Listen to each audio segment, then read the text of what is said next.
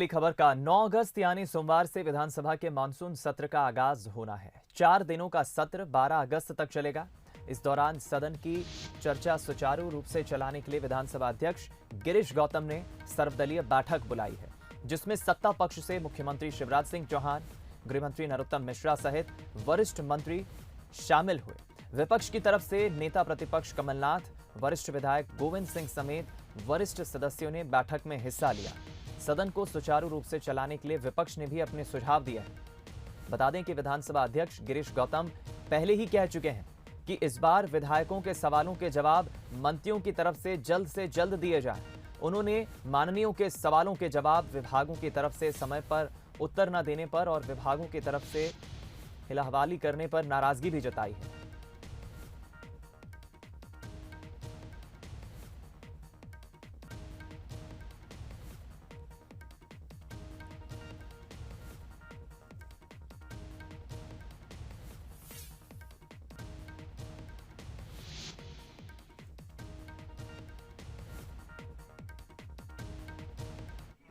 सर्वदलीय बैठक बुलाई थी, बैठक संपन्न हुई है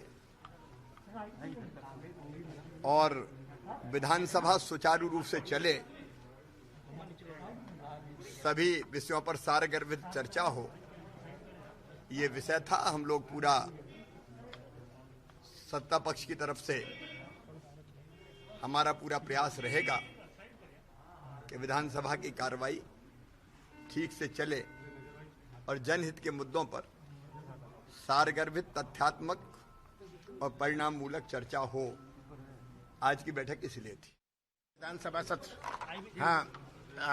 अच्छी तरह चले।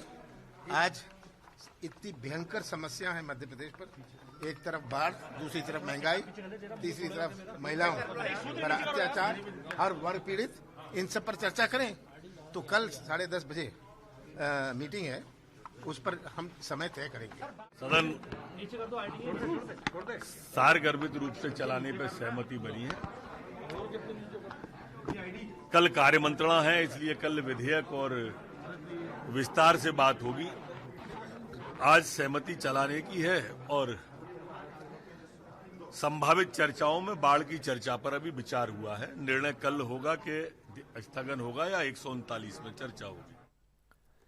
इधर सोमवार से विधानसभा का मानसून सत्र शुरू होने जा रहा है। उससे पहले विधानसभा में असंसदीय शब्दों की डिक्शनरी का विमोचन किया गया, जिसमें 1500 से ज्यादा प्रतिबंधित शब्दों को लिखा गया है। कार्यक्रम में पक्ष विपक्ष के नेता और विधानसभा अध्यक्ष गिरीश गौतम मुख्य रूप से मौजूद रहे। इस दौरान मुख्यमंत्री शिवराज सिंह चौहान ने इस प्रयास को अभिनंदनीय बताया और कहा कि कई बार विधायकों को ही नहीं पता रहता कि कौन सा शब्द असंसदीय है। वहीं पुस्तक विमोचन को लेकर नेता प्रतिपक्ष कमलनाथ ने कहा कि संसदीय प्रथा के रक्षक हम सभी हैं, फिर यह संसदीय प्रथा कैसे बढ़ती है? आज पुस्तक निकालनी पड़ रही है। मैं विधायकों की बुराई नहीं कर रहा, लेकिन ये जनता तो सोचती होगी।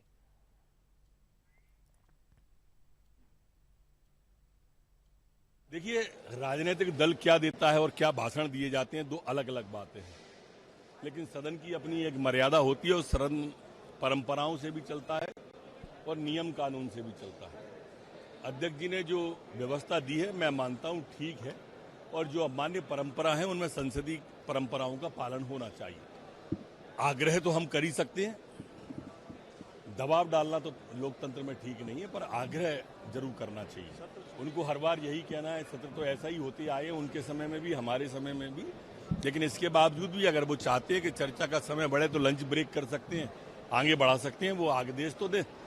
हम हर बात से पर चर्चा के लिए तैयार हैं। नहीं, निश्चित रूप से ये एक बहुत अच्छी और सार्थक पहल है स्पीकर साहब की। मध्य प्रदेश विधानसभा की गौरवशाली परंपरा है और समाज में वो अमर्यादित शब्द जो समाज को अच्छे नहीं लगते, उनका प्रयोग यदि विधानसभा में होगा तो निश्चित रूप से ये उचित नहीं है। जो अमर्यादित है वही असंसदीय है, तो ऐसी अमर्यादित शब्दावली का उपयोग ना हो, उसके लिए एक अच्छा और सार्थक पहल माननीय स्पीकर साहब की है। निश्चित रूप से इससे मध्य प्रदेश की विधानसभा की और